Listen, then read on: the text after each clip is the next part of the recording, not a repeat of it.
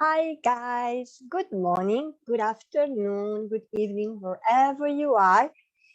This is Christina, and I'm so happy to go live today because I have a very special guest, and that's why I decided to go live here on my personal profile. I think we are going to wait just a couple of seconds until people tune in because I would really love to introduce you, Enolia. And we have welcome, Enolia, and thank you so much for being here with me today. Thank you so much for having me, Christina. It's such a pleasure to be here with you, and what a special treat it is to be a part of working with you again. Oh, I love it. Thank you. I thought that it would be really beautiful that if we make this live about you, because I think there is a very special moment. I would say it's maybe a milestone in your life because you just published your very first book. Yes. Here we go. And no, yeah, finding my sovereign voice with my grandmother elder. I have the book. I read it. I must say it's an amazing one. And the reason why I really looked forward to this live with you is because I would love to know more. More. Oh my goodness, I'm so excited. Thank you so much, and I'm excited to share more. I would love to start by asking who is Enolia before we go, who is the author Enolia? Who is Enolia, the real Enolia? Oh my gosh, so what a great question. Who is Enolia? I am this multifaceted, multi-skilled, multi-dimensional just being. And when I look at life and how I engage it, I love life. I love life I can and see that. meeting people where they're at versus where I expect them to be. I love learning about people and cultures. I love learning. I'm an avid reader and I love adventure and I love discovery. I'm one of those people who, you name a sport, I've tried it or I've worked at it or I've engaged in it because it was on my list to want to do. So, yeah. So this means that you learned a lot, you traveled a lot, you tried out a lot of things in life, which means that you have a lot of experience and a lot of wisdom to share. Yes, I did. I learned so much from so many different cultures and so many beautiful elders. I love adventure and I love sports. I probably was a tomboy. I probably was. I was a tomboy growing up. I wanted to play basketball and be the cheerleader too, so I did both. I Oh, was one of those people where yeah, it seemed cool to be a cheerleader, but it seemed cooler to to play. play, so I played. So I wanted to be involved in my children's life because I have two beautiful sons, Nicholas and Joseph, and I wanted to be in their life. So I learned baseball so that I could coach baseball and be engaged with dad and with mom and play baseball and coach baseball instead of just sitting on the sidelines. So that kind of gives you an idea of the type of person that I Wow, that's amazing. I would love to ask you, Enolia, what is the reason? So, where was the moment when you actually said, "Oh, I think it would be a good idea to write a book," or how the idea of the book came actually? So it's interesting because I wrote the book and I wrote a workbook, and the workbook came first. I actually engaged in women's empowerment. And then when I looked at women's empowerment, and I was really thinking, oh, it's really empowerment of everyone overall, but I love my focus to be on women. And I wanted to share different aspects of my life. So actually, what I did is I wrote the workbook first. Wow, And the first time it came into fruition as a video clips of small engagements, this one. yes, of of different work that I would do to work with people to ask them the questions to be introspective. And then as I had written it, I decided I was going to write this all down. So I decided to write it all down, and it was just going to be a workbook. It wasn't going to be the stories. And I had somebody read it, and when they read it, they were like, "Well, what are the stories? How did you come to this knowledge? How did you get here?" And Mm. so, interestingly enough, when I wrote the book, I wrote about six of my teachers. And when I went to publish it, it was like, this is way too much information. So I, Too I much. took too much information. So I took one of my teachers and one of the grouping of lessons that I learned. And so there are more books to come. So basically, what I'm hearing you say is that this is the first teacher, first book, first elder. Yes. Wow. Can you tell me a little bit more? Can you tell us a little bit more about her? Would you share about her? And how did you come to meet Oh her? my And God. how? Grandmother Isabel Mawasaki. Yeah, she's amazing. She's an amazing woman. I met her at Rhinebeck, New York, at the 13 Indigenous Grandmothers Council.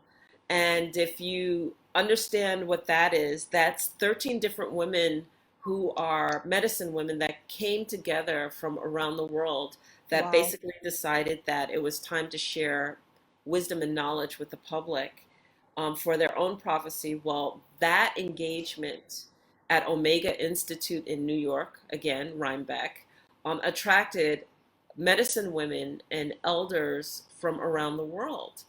And grandmother Isabel Mawasaki was one of those elders that was attracted to engage in that conference. And so when I saw her there, it's hilarious because I just ran up not knowing what to say to her and just basically saying, please, please, please. Really, in my heart, all I wanted to say was, will you just teach me?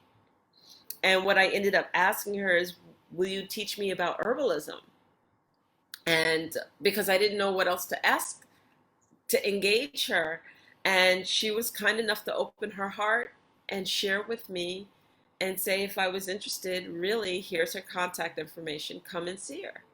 And I'm one of those people that if you say, come see me, I'm going to actually follow through. Wow. So I did. Yeah. So this is actually how you met your first teacher. I mean, because it was Congress, there were 13 women elders. Can you just explain? Because when we are talking about elders and grandmothers, people just imagine a grandmother. But I Yeah. think when you are talking in your book, and now as you are talking about elders and grandmothers, there is a different significance in. Would you mind sharing what exactly is it? Who is a grandmother? What significant has an elder actually? So Yes, I grandmother, know old people, the old dictionary definition, but that's not what I'm looking no, for. no, no, no. Yeah. So grandmother is an affectionate term for I would say medicine woman. Mm, And so it's not my maternal grandmother, but it is a recognized elder or older person in the community that raises the community up in every respect. She is the one that is consulted. She is the one that prays for the community. She is the one that gives the community wisdom, helps the community to move in certain ways in the respect of wisdom. Like, for example, it's time for us to bring our young children together and explain to them, I don't like what I'm seeing in terms of drugs, or I don't like what I'm seeing in terms of things that could potentially happen to them. So, giving them wisdom to be able to surpass challenges as a community and giving them wisdom to be able to surpass challenges as individuals. And that elder is recognized by the community for that reason and for that purpose, if not selected, you know? So it's a very, very endearing and very, very important role, because if something's happening in my life, then I go to the community elder. And in other cultures, like in the African culture, the elder is just the oldest person in the family that has that wisdom that helps makes the decisions or settles disputes. So an elder plays a very significant role in a lot of cultures. I so much love you because I'm hearing what you're saying. And what I've heard is woman, a woman leader, a woman who leads the community. Why? Can we go just a little bit? Yes. Because right now, I think I would say it's a patriarchal, you know, society. Yet, in smaller communities, in different cultures, in tribes, women are those who actually lead. The elders are the women. Yes, they have their men by their side, but um, the women are those who carry the ancient wisdom. You How, know, yeah. Go ahead, go ahead. how is that possible that in small cultures, if we go back, this remained, yet on a larger society, women are not looked, like men. And So I'm I'm going to tell you that that's a really loaded question, and I'll scan over it. But in many cultures, they're matriarchal. that's So it. it is the women elders that pick the chief. It is the women elders that are the clan mothers, and clan mothers meaning that they are the tribal leaders. They are the ones that are over the whole community. Many years or ancient times, we were a matriarchal society. Women played a significant role. That role diminished as certain books and certain teachings came out to diminish women in that regard, to diminish their roles, to give lack of respect to how they led or why they led, or for the purpose saying that it was better for a patriarch to lead. And Mm, then what happened is that women forgot their role. exactly. They started believing the diminished roles that they were playing. So it is important for us to understand that there are many tribes and many communities where women play a significant role in the matriarch, and and that role has not diminished, not in the indigenous size. And that's beautiful.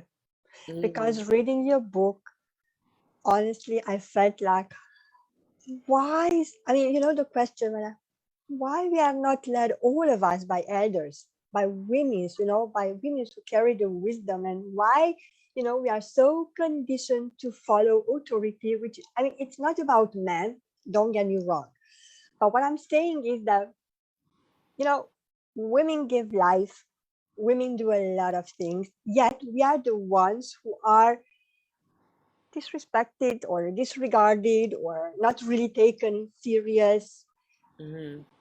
Talking about your period, your life incorporation, right? Hmm. Exactly that. Tell me that you were on the same position, this position, a man, that position, you had the same rights, you had the same salary. Let's face it, I don't believe.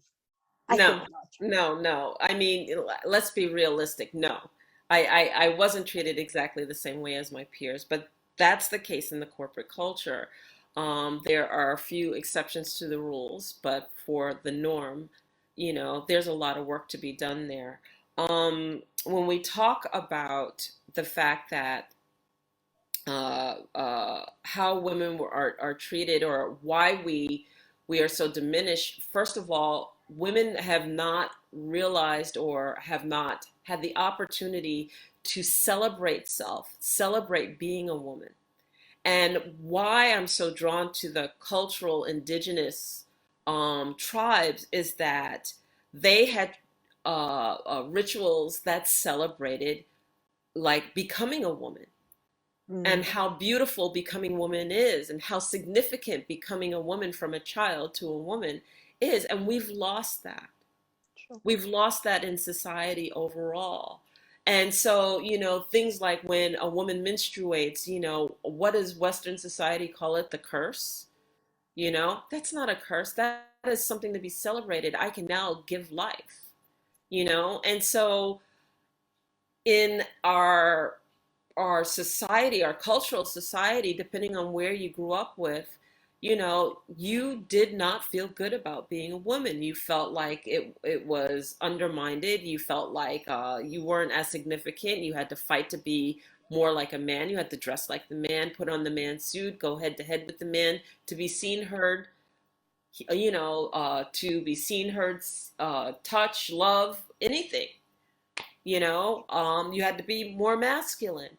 And what what I learned is that I could put all of that down. I could put all of that down and still be seen and still be heard and still be respected and still be listened to.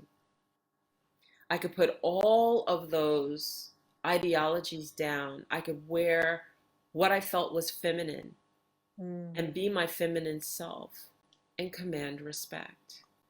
That I don't have to yell, that I don't have to debate, and that I don't have to act on what's taking place immediately like the men would act. That my divine feminine self could go at my pace, my thinking, my perspective, and that is not perceived as weakness. Wow, I love that. Because at the end of the day, we are all in balance if we keep the feminine and the masculine in balance. Yet, for now, I think the masculine is a little bit more dominant. However, as I'm sensing the shifting is happening, one of the good things is your book, because whoever reads your book, I can tell you a shift will happen. Um, Women are starting to raise to find their voice, as you said in the title of your book is Finding Your Sovereign Voice, and how you did it. I pray, I hope, and I really would love to many women find their voices. Yes, because one of the things that grandmother Isabel did in even unintentionally, and she did so many things that shifted my life, but she showed me compassionate leadership. She showed me Exactly. leadership that was absent of blame, absent of belittling in order to raise oneself up, absent of demeaning in order to make your point, absent of all of those things. Where I came from an environment that if you make one mistake, not only was it thrown in your face, but you might incur demotion, you might incur belittling in front of your peers. You know, someone will step on your back because, oh, they see an in, and so therefore they can raise themselves up by stepping on you. And I saw a world with that not engaged, not there, absent of all of that. And that's what I wanted. That's what I wanted for my life. And it was beautiful. But it is beautiful. I mean, God, with the way I love the way how you write your storytelling. You are such, I would say, you are a natural storyteller. I love it. And honestly, I admire it because from corporate for years and years in that environment to traveling, 13 hours, if I remember well from the book, up, to the retreat, and then finding a completely different world, a completely different mindset, and a completely different view of the world. That's a huge shift. It's a huge shift. And I so much love the way how you explain how did you get from here to there. Would you mind sharing that a little bit though? How did you get from corporate to to sitting around the fire and talking to the river, for example? Oh my god, I love that part. So it's so funny because, like, all of us in corporate and all of us who are working for an employee, we all reach this point, this precipice in our lives where we're not happy. And we ignore it, we ignore it, we ignore it. And for me, it was not only that, but there was like this longing in my heart to also know my heritage, to also want to know what my traditions were and where I grew up. And that being an African American in the United States, and everybody knows about slavery, everybody knows that, African Americans were split apart and their families unknown and everything else. So wanting to know those traditions and knowing that I was part Cherokee and that I was African was really important to me. And when I looked to fulfill this role of wanting to know what my traditions were, and I looked around, it was the native traditions that were accessible to me. And so I had made up in my mind that I was going to pursue understanding my native traditions. Now I talk about being Cherokee, but Grandmother Isabel was the first elder that opened her arms to me. She was the first one that I pursued. And the moment that I met the woman that I spied eyes on this woman, there was to me a heart to heart connection. She was just one of those women that she was approachable, she was gracious, she was thoughtful. It filled my heart. And I wanted to know more, and I wanted to be in the company of someone that I respected, truly respected, not for the power that they seem to try to wield over people, but for the graciousness and the kindnesses that they were able to engage people, and then I could still learn from her. I would say, honestly, it takes a lot of courage, though. From it took a lot of courage from your side and from everyone side who decides to go on this path. Just to go there and ask for something when you didn't even knew what you didn't even know what you're asking for. I mean, I read the book and I was like, okay, you were brave. Honestly, I would describe it as bravery because you were open to unknown. You were open to something new without even knowing what you're going to find there, right? Oh my So goodness, I yes. really have to acknowledge that for the courage to making the first step toward the unknown, really. Yeah. And it was not only that, but the fact that most of us are afraid to go into the unknown because we're afraid of the rejection. And we don't want to be rejected. I mean, it takes all of the courage within us to say, okay, I'm going to find the courage. I'm going to approach this person. What if they say no? What if they just look at me and laugh in my face and just basically say, are you kidding me? I don't even know who you are. Why would I do that? You know? So, yes. But that's what made it even more special because when I engaged her, she was nothing like that. Nothing like that. She was like, "Whoa, my girl, that sounds great. If you're really serious and you really want to connect, well, come up and see me sometime," and handed me her card. And I was just like, yes, yes, yes. And it took me a couple of months to find the courage to say, "Do you remember me? Do you remember me from, the conference? I would love to come up and see you." And her saying yes. Wow. That was huge. Wow, that's amazing. I mean, I was like, okay, that woman has courage. Thank you guys for watching. Thank you, Ivy, very much. Yes, Ivy said, love the angle of your work. And for those who are joining in just right now, we are talking about Enolia's recently published book, Finding My Sovereign Voice with My Grandmother Elder. I read the book, guys, and I promise you it's an unforgettable experience if you're gonna read it and buy that book. I mean, it's an experience that you will, because the way how you tell, as I said, this story, you're an amazing storyteller. That just come naturally, or it's something what you learn after you left the corporate, or it was always within you. You just started to develop when you started. I would say you going on the path of spirituality. Is that a good way of saying? It's funny that you're saying this because I'm going to tell a little quick story.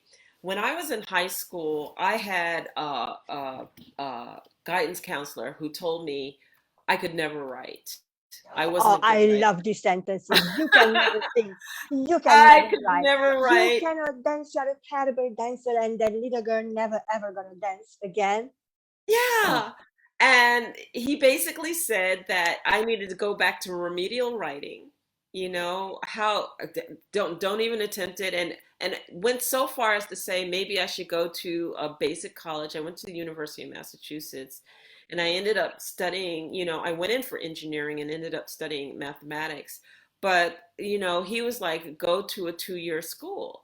And so for every one of you that are out there where you get someone who doesn't believe in you and tells you, to play small. Don't play small.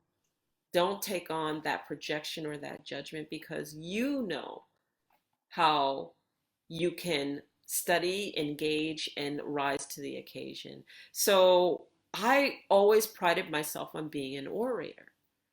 I used to do competitions in high school, extemporaneous public speakings. I belonged to the Future Business Leaders of America, and I would actually go in and I would do competition in speaking on topics extemporaneously.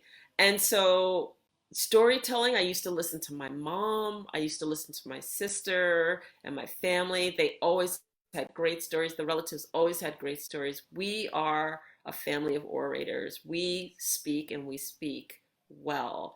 And that's really where I got my storytelling from. And so to write, really what it boiled down to is me journaling and then Mhm. expanding on the journals. And when they say that sometimes when you write your book, you'll write it 3, 4 times over, it's true. And my book was definitely written 2, 3 iterations, to got to the point where I felt and it was felt that it had It arrived. was ready. It was ready. So I'm grateful for that. I'm grateful for that. But I'm very comfortable telling stories versus the writing. The writing was a challenge. It was an effort. It was like sit down and really, really share the story in written format. And it's like, for me, it's easier to like speak to it than it is to write it. But it's there. It's there. Wow, I really, really love. I mean, you are a good writer and a good storyteller. I can say that. Okay, let's go back. I would love to go back a little bit to the story what you were sharing in your book. And there is one specific moment what really caught my attention. I mean, there are more of them, but it was when the first time when you got contact with the spirit world, Oh, yes. coming from the corporate, doing things, getting in touch with the spirit world, and I could feel, oh my goodness, what's happening, what I've done. Can you share a little bit about that?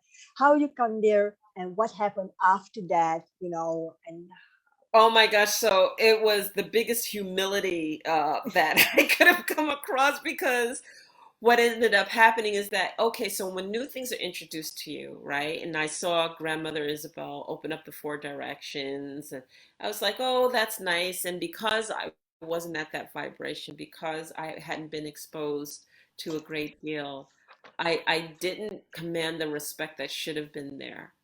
And so, me going, well, it's not that big a deal. I'm seeing it. So, okay, I'll just give it a try, I can and do it. I can do it, right? And then what ended up happening is that not only did I, open up doors that I had no understanding of, but it responded and I felt a physical reaction and I was blown away and I panicked. I panicked. And I was like, oh my goodness, this stuff is, that's when I realized this is not to be played with. This is not to, we take things out of context and we figure we can handle it. It's the arrogance within us. Mhm. And that brought my arrogance down to a halt. It was like, I will not play with this, because I choked. I could not breathe. I felt like I was being squeezed. I felt like the air was being squeezed out of me. It felt like being in a subway car in New York City, and without regard to the fact that the car is already full, and the last 20 people are squeezing in and it's already at capacity, and you're just literally losing your breath because there's no room. The compression, I mean, I could feel it within my throat, my lungs, my chest, everything. And to have that kind of physical reaction was like, oh my God, it was a rude awakening on my part. So it was at that time, it was that moment. It was that moment that I said, you know what? I have great respect for what's being shown to me here. I will never violate doing something before I have permission to do it, and asking and ensuring that I'm guided the right way. Yeah, Wow, yeah. that was I mean, there was a moment when I said, okay, Krisztina, then don't play. And Enolia was playing, don't play. And there are a couple of things what just got permission. This is something what I would love to talk with you about. Yes. And the four directions first. Okay. Would you mind sharing? Yeah, I know the direction, but what the significance of on the retreat, how you build up the tipi and why the four direction and what they represent, if you know. So, we believe that energy is everywhere. We believe in our ancestors. We believe that there are gatekeepers in every direction. And you can call those gatekeepers to hold space. So when you're opening up the four directions, you are calling with respect to the ancestors, with respect to the gatekeepers of those energies, of those directions, um, to come and to join you and to hold space for you. Now, without going into some really deep analysis that I could go on, the four directions represent so many things. Okay. In the simplicity of this conversation, I would share that, like, for example, east would be the seed, and south would be like the sapling, and excuse me, west would be the fully blossom, and then north would be the withering of that flower away, right? So really what's happening is in each direction we are learning something. You can take that in so many ways. You can take it in terms of animals, you can take it in terms of consciousness, you can take it in Mhm. terms of the body, you can take it in terms of, I mean, we're talking about medicine wheel now. And in super consciousness, what's basically happening is that you're engaging a multi-dimensional area that basically says, hold space for me while sacred things are taking place. That we hold the things that are about to take place, or the activities that are about Mm. to take place, in a very sacred way. And in doing so, we're asking you, Great Spirit, to hold that space for us and realize that we realize and recognize and are asking permission for you to hold space while these activities take place until we close the directions and we say we are done. Wow. Yeah, yeah. And I don't know if that's the best explanation of it, but that's the best explanation I can give for now. If you guys read the book, there is more in it. There is more in it. And Nolia gives a beautiful explanation of the four directions of the elements and the importance of them. And just briefly, I would love to talk, because also we are talking in the book, we are talking about asking and giving permission. And I would just go for a moment on how we do live right now before the retreat and before the elders. We are taking so many things for granted, and we just take away and give, take away without permission, give without permission, and things like that. This is something I think it's, I wouldn't call conditioning, but I think this is a habit. I mean, it's something what we learn because this is what we've seen, and we don't even. I mean, we doesn't even know that it's not right. I mean, you know. It's And then true. you've been there. You went through. You behaved like you used to behave. Let's say in New York and in a corporate world, and in a and if you go to a restaurant and you go someone's house, this is how we behave right now. Yet, in those conditions, that was not acceptable. So it's interesting because we are groomed to take what we want, assume the role that we want if we want to be recognized or engaged and we want to pursue something. We are told to just go after what we want, and that didn't work where I was. So all of that, I'll assume the role, I'll take what I want. For example, if you're like, "Oh, I want to get some flowers. Let me go get some." And you go outside and you don't bother to ask permission, you just take it. Well, a flower is a life, and that life has an energy. and it has a purpose and it has a reason for being. And we don't think to ask, okay, can you cease your reason for being to satisfy a purpose that we have? And then 9 out of 10, a lot of our reasons for beings aren't even purposeful. Mm. They're not purposeful at all. So we take it, we don't give any consideration to what's taking place and why it's taking place. We don't give any consideration of the impact or that what we're taking wants to be taken. So that was a huge lesson. And the same thing in terms of leaving. You know, we have these things where it is a part of us, it's an extension of us, and we just, without regard, leave our energy anywhere. And I learned that lesson really hard. You I know? know. Don't tell it. You must read the book, guys. You must read the book. We have some comments here. Let's see. Hi, Patience. Patience said, I am loving this conversation. I am going to get mine too. I suppose you are talking about the book. It's amazing, amazing, amazing. So, yes, please do so. Anna, I'm looking forward for the book to arrive. It will come in about 2 weeks. I promise you will get that too. I'm so happy, guys, that you are here with us and you are listening to Enolia sharing. I would listen to I would listen to you until tomorrow morning. You are a medicine woman, a modern day medicine woman.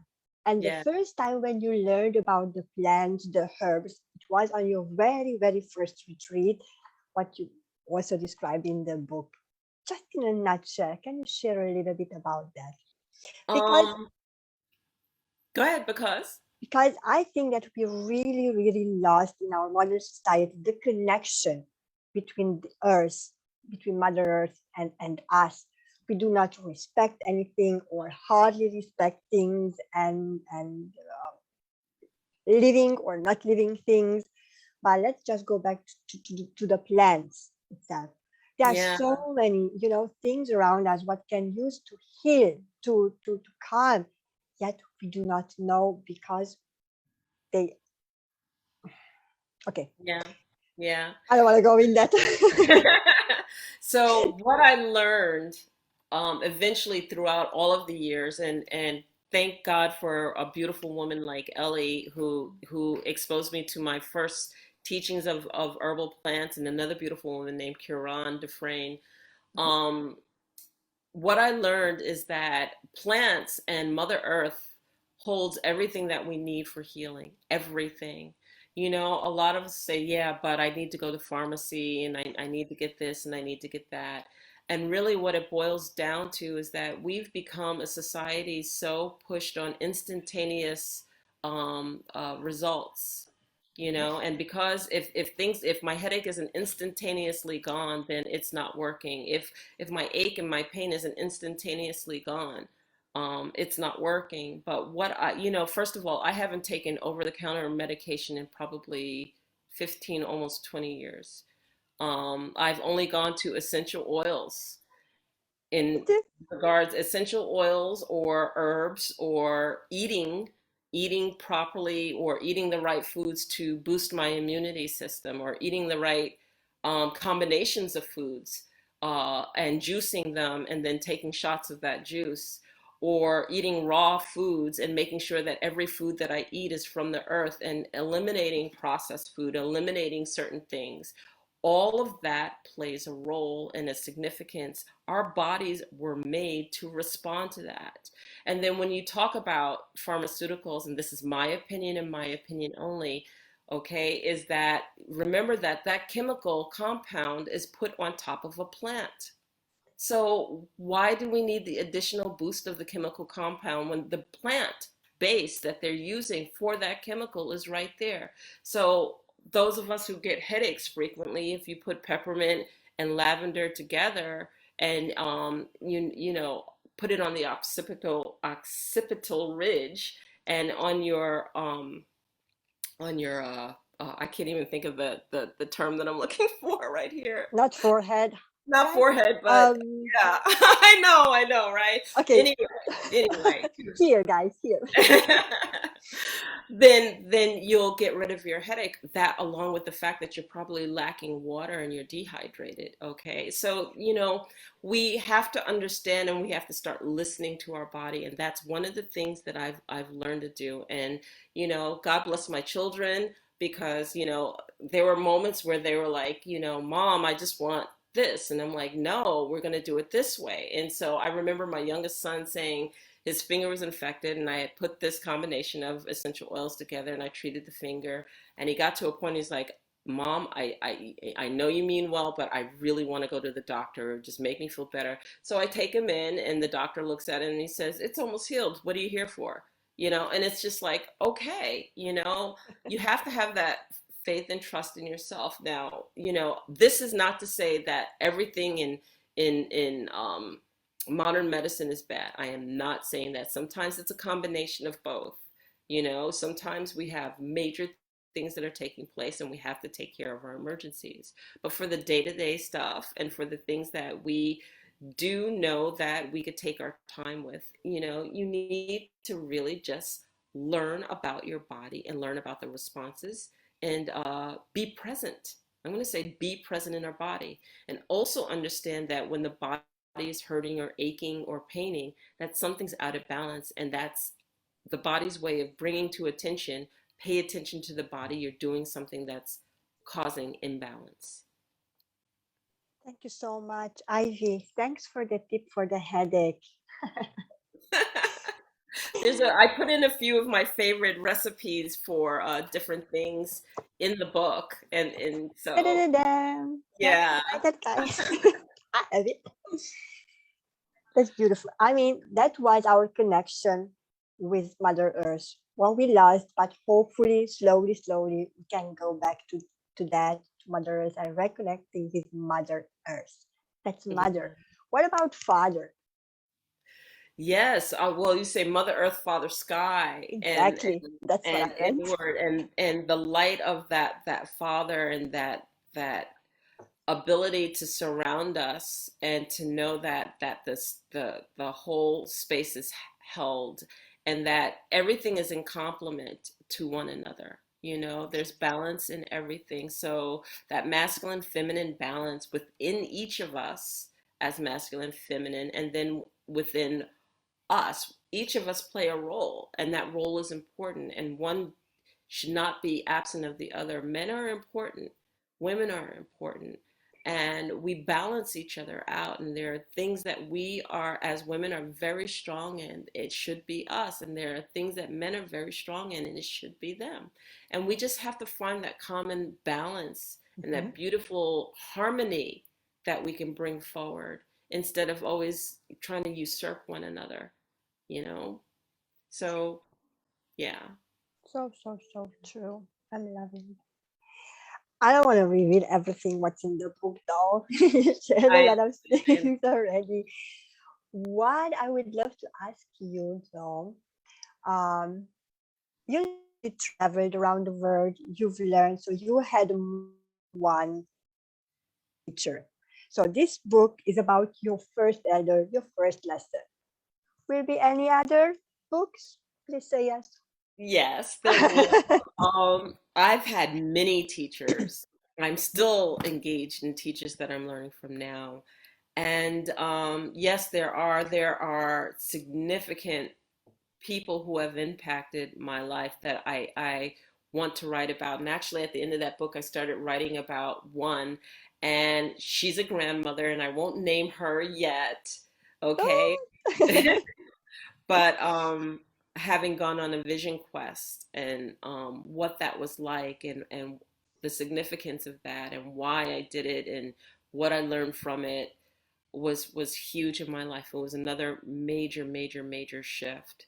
And these are the things that, as a little girl, I used to watch television and I used to watch uh, uh, uh, the old movies where they would have the Indians who sit around and they'd go on a vision quest. And first of all, I would say the first thing I said is, why can't women do that? Because it was always the men. Yeah. And then it was like, but I'm not Indian and I'm not, I'm not white. Can I do that? I want to do that. I want to know what it's like, so to be able to grow up and to fulfill some of the things that I had always longed to and hoped to be able to do because it was just in my heart and my nature to do it, you Oh, know. Yeah. beautiful. The book goes along with a workbook. Would you mind sharing what's in the? You call it a journal. Why a Yes. journal? Why not a workbook? I mean, yes, journal. I've seen there are a lot of questions, deep questions, though I might say. So it Mhm. gives me a lot of thinking.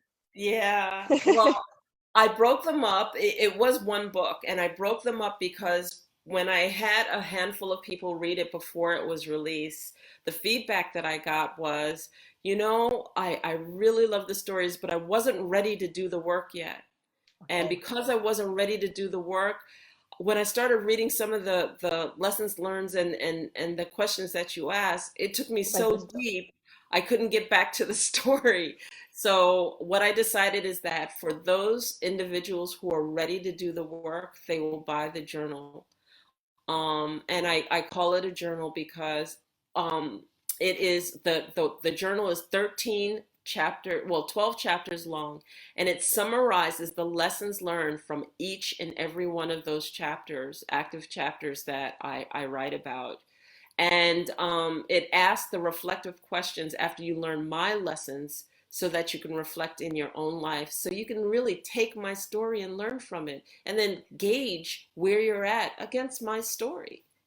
And I think that that's important because if you can learn from me and not have to repeat the same things that I went through in my arrogance, in my know it all persona, that was very, very lacking humility for anything, and you can learn from that story. I welcome it. I really, really do welcome it. I think it's important that we learn from one another's stories so that you're not destined to repeat the same thing. What a waste of energy. And then the True. thing about it is that many of us are going through the same things. We think that we're all alone, but we're not. Many of us reach a point in our lives when we're not happy, you know? So, yeah. Exactly. That's what I was sharing you. That reading your book, it was like, oh my God, I can relate to that. Okay, different continent, different situation. I mean, different, environment, but yet the feelings, the reactions, everything. That I was like, what is the same? So it's kind of your life is my life, and my life is your life. I mean, yeah, we have so many, and every woman I think who read the book can relate. At least one thing, not more than that. I'm telling you, but at least one you will find that you can relate to. Definitely. Yeah. Would this be a good time to read? Because I actually have a section that I would love to read to those who are listening Yes, that please. I think that they could identify with because we all kind of find this moment when it comes to work and when it comes to like that time in our lives when we're like, that's it. So I'm going to read from an excerpt and it goes as follows. I was placed in a new position without consideration of whether the responsibility suited my strength. The daily work environment degraded slowly and became more hostile. Everyone was concerned their job was on the chopping block and whispered about who would be the latest casualty. The undercurrent of fear, combined with the pure dissatisfaction I felt about how I was living my life, opened a window of opportunity for me to see myself clearly. I resented the feeling of being forced to stay trapped in a job I no longer loved or even liked. People and responsibilities were shuffled around and abolished completely. The new director told me she was moving me to a role for which I had no skill set, meaning I would start from zero. My stomach twisted, thinking about all of my proven strengths that would go unused. She then informed me that one of my responsibilities was to groom a new manager, one who had never managed anything and would be my manager when I finished her training. I asked the director if I had to take on this role. She shrugged and stated there were so many people being laid off. If I didn't want it, somebody else will gladly take it. Her words were like a slap across my face. I was a seasoned manager who managed teams of up to 100 people. I felt trapped, angry, abused, and used. My hard work didn't count. My education didn't count. My skills didn't count. My enthusiasm for my work didn't count. I felt shattered to the core of my soul. As I stood at the crossroads, I had the realization that I should be able to enjoy my life and the pleasure of pursuing a dream. I should be able to feel pure satisfaction and passion for what I do. I no longer, I long to let go of that bottomless stress I felt in my body, to let go of all of the expectations of what my role was supposed to be like, to actually pursue something I love, something that embraced my values and contributed to humanity. Something had to change. Somewhere along the line, I had taken on society's mandate that sacrifice was what constitutes the perfect mother, wife, employee, etc. And at the age of 46, I chose to reestablish the ground rules for my entire life. Wow, that was a wow. And as I said a little bit earlier, thank you so much for reading that, Enolia, first of all, and sharing Thank so you. many things. I think you guys, you are watching or watching the replay, you can relate to, feeling the feeling trapped, feeling the anger, feeling worthless, not seen, not heard, all these things. I think every one of us, Absolutely. every one of us at one point in our lives, we feel that. Yes. It's the precipice. We all reach a point in our lives where it's like, how the hell did I get here? What did I do Exactly. to deserve this? Why me? Why me? Exactly. Happened That's to right. me? You know, how I'm so trapped and you want to scream. You want to Mm. scream like, let me out, and you don't know what to do. And it's not just about the job, it's the fact that people are dependent upon you and the responsibilities and all of these other things, these other factors that include that challenge of feeling so trapped and so stuck in your life that you don't know what to do. True. And then, you know what, Christine, if it's okay, I'd love to go back to the journal because I want to share how I summed up some of these lessons learned. And I would love to share at least one, if that's okay. Yeah, absolutely. uh, Patience. This resonates so much on so many levels. Yes, I think you are talking about the fragment, the part what Enolia just read. Yes, I think Yeah. so many of us can relate to that. Thank you for sharing. So I'll read a little bit of the workbook, Lessons from Chapter 1, The Messenger. The business world had molded me into more of a conformist than I was as a teenager. I had worked hard to achieve all I had and to maintain and elevate that status. I had to appear to remain within the accepted boundaries of my corporate image. I was afraid of others' judgments, which made me uncomfortable pushing the perceived parameters. I was uncomfortable. I was concerned that someone would call me on a divergent view that carried over into my private life, especially when it involves something as undefined as channeled communiques from unseen realms of existence. In my heart, I knew they existed, but I felt that if I somehow publicly related to an unproven phenomenon, I would be judged in a detrimental way that would affect my career and my comfortable life. That idea was light years away from how I was raised. My mother and father constantly reinforced that they didn't care what a person looked like or how they were raised or how much of anything they had if, at the core of their being, they were good people and a beautiful heart. They'd tell me that's all you need to see and know. And then I'm going to skip over and I'm going to just say, this is what I noticed in myself. I deliver judgments when I attach emotions to what was said and made it my reality, whether it was true or not. The value of that statement was twofold. The first significance the first significance is the word notice and how tremendously important it is. If one notices that something is stifling them, they have the opportunity to change it. The second thing that I that should be noticed is the concept of attaching emotions to what is being said, thereby distinguishing the statement as true, whether it is or not, or whether it is or isn't legitimate.